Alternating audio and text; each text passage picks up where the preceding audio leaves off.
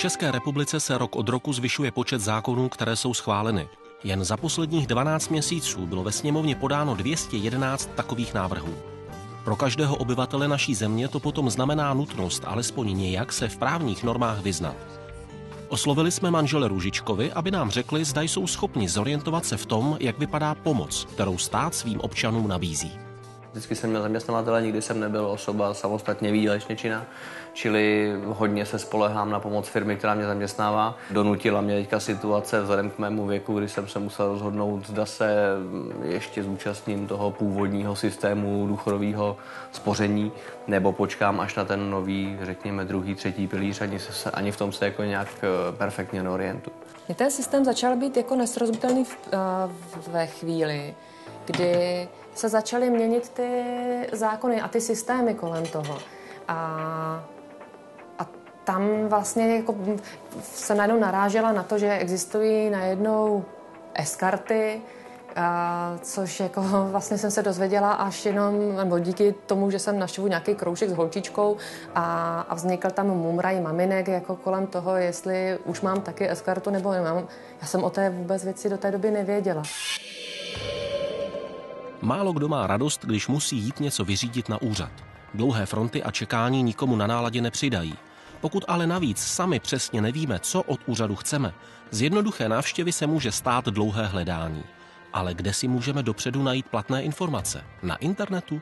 Vzhledem k tomu, že na internetu jsem zase naopak poměrně kovaný, tak si myslím, že se dá najít v podstatě všechno, ale speciálně jako odpovědi ministerstev, případně úřadů práce a podobně, to je určitě nezvládnutá záležitost. Samozřejmě, když potom jsem se zkoušela podívat na různé diskuze, ať už na sociálních sítích nebo na servery jako pro maminky, zájmové a tak dále, tak to už byla vlastně jako víceméně potom zdroj, který jsem se člověk pobavil, protože tam ty mámy už vůbec nevěděly. Tam vznikaly různé diskuze, ve kterých bylo naprosto jasný, že se v tom absolutně nikdo neorientuje natolik, aby byl vlastně schopný druhé mamince poradit.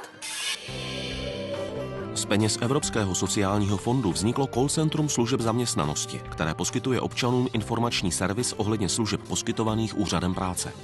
V novinách, v televizi občas vždycky se něco vypustí, takže je třeba to potom uvést na pravou míru.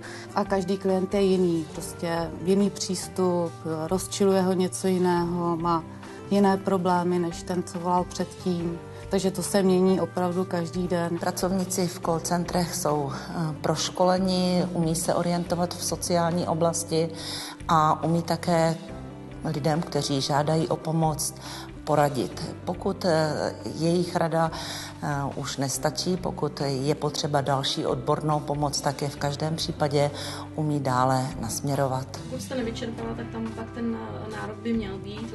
V call centru se každý pracovní den od 8 ráno do 8 večer střídají operátorky, které pomáhají lidem z celé republiky v kontaktu s úřadem práce. Učíte se pořád nové věci, není to takový ten stereotyp.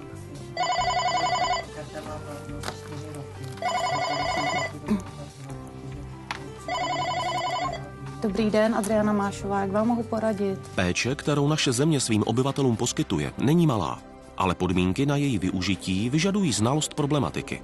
Na telefonní lince se zájemce z celé republiky dozví, co potřebuje k řešení své situace z oblasti působnosti Úřadu práce a Ministerstva práce a sociálních věcí.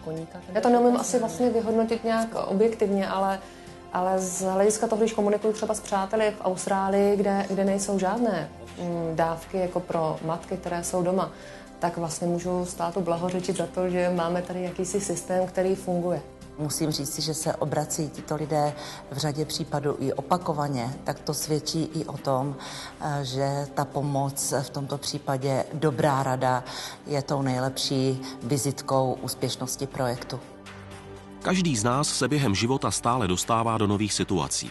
Skoro každý během života někdy poprvé žádal o podporu v nezaměstnanosti, sociální dávky, rodičovský příspěvek anebo přídavky na děti. Skládačku kusích informací však bez odborné pomoci sestaví jen málo kdo. Je dobré vědět, na co jsme sami a v čem nám pomáhá stát.